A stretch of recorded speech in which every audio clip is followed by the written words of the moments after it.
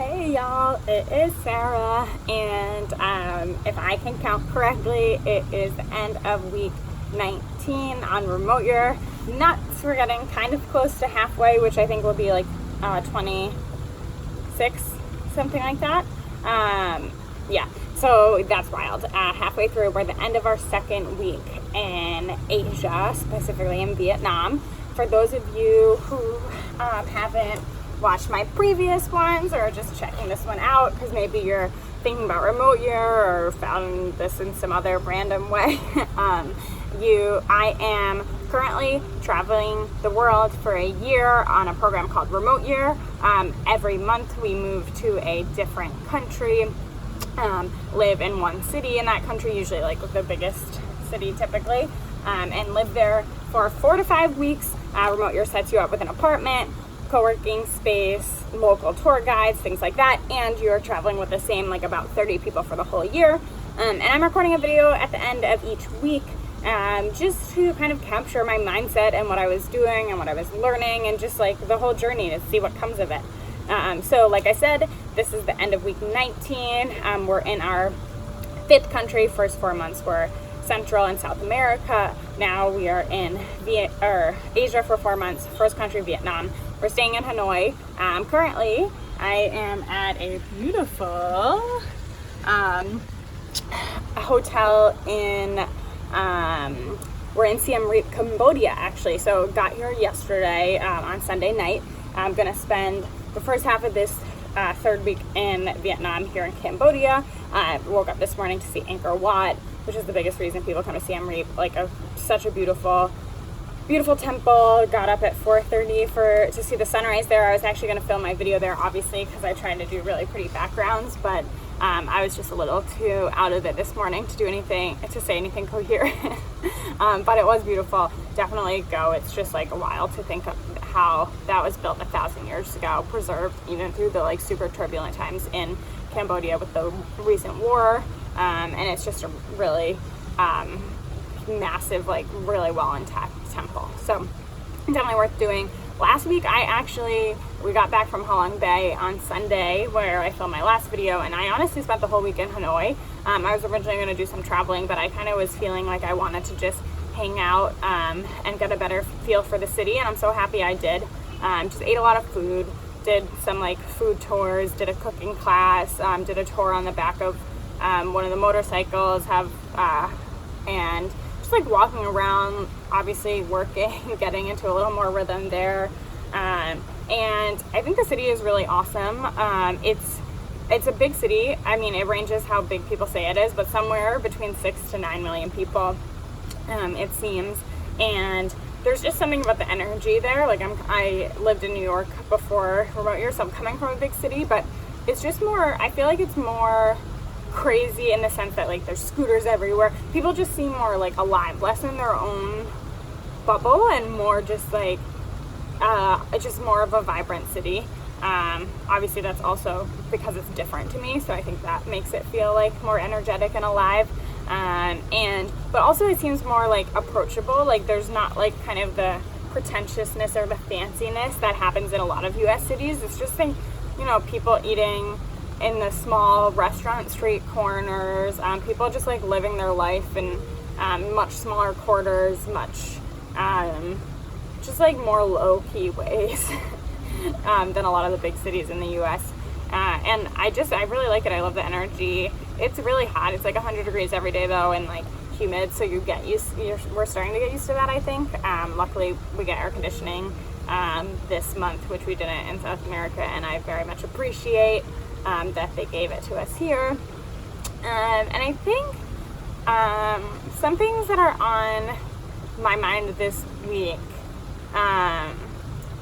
So obviously before coming on Remote Year, one of like the reasons people do something like this is just because like you want to take advantage of like life and just like find a way to do the things you have to do, like make money and work and things like that, while like really making the most of your life. And I think we all know that in theory, but I have received some sad news from back home lately regarding someone who I care about, and their health, and it just makes you really remember that it sounds so cheesy, but like that life can be short.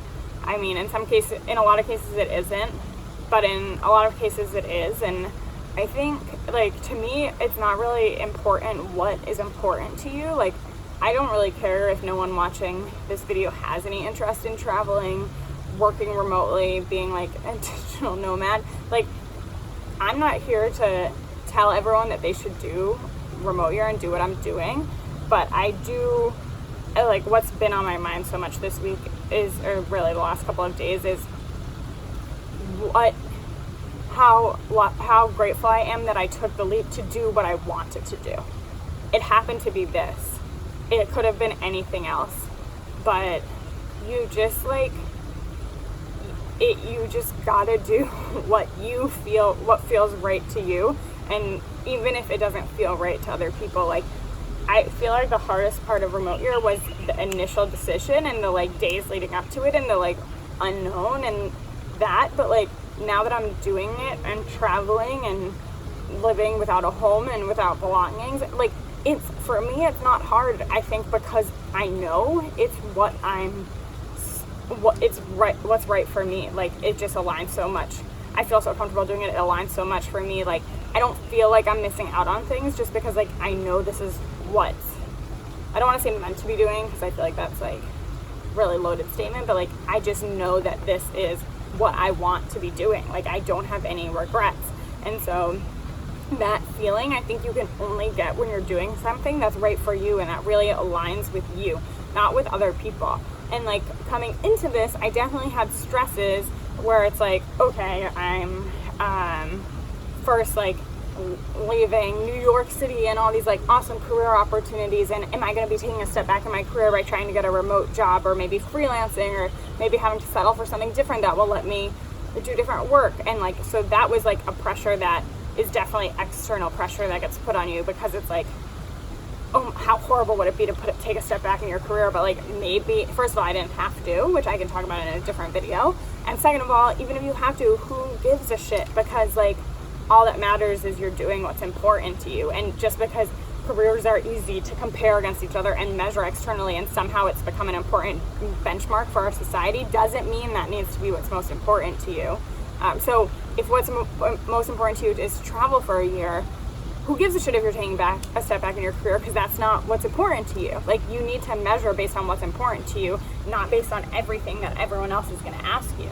So that was something that, like, I was feeling pressure about not being close to my friends and family like you're like supposed to be, feeling pressure about like, oh, I'm 30 and single, and like, isn't this going to be another year where I won't meet anyone, another year where I don't like have a house or settle down somewhere or build roots, whatever. Like, yes, all of those things are true. And I think the hardest part was like when I was making the transition, because that's when everyone has these opinions, and since it is like a risk, it's when you're most susceptible to people's opinions about the change you're making, because you also like, you think it's right, but you never know for sure. But now that I'm on it, like, if people say those things, it does not faze me at all, because like, now I feel so balanced and right in my decision. And so my main thing that I'm thinking about is when I'm like, when you get reminded about the frailty and just like the luck of like every day that we are living, you want your next thought to be like, oh, thank goodness I'm doing what I want to be doing. Like, it could be over soon, and so you want to make sure that you're living it the way that you would want to be in the short time that we might have. And so I know it can be like scary or risky and hard to like build new momentum to make a change.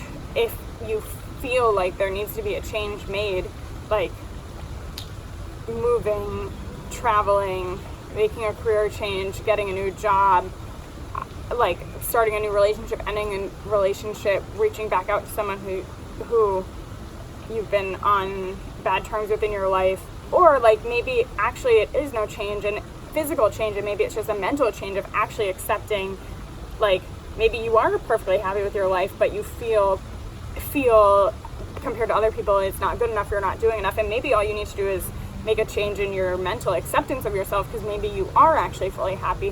Whatever it is, like, you need to realize that you can't take for granted having 20, 30, 40 years to get to a certain point, and you got to take advantage of the time we have now, and you need to find a way, whatever way is possible for you, to tune out other people's opinions and what matters to them, and tune into yours and hear your own voice louder than other people.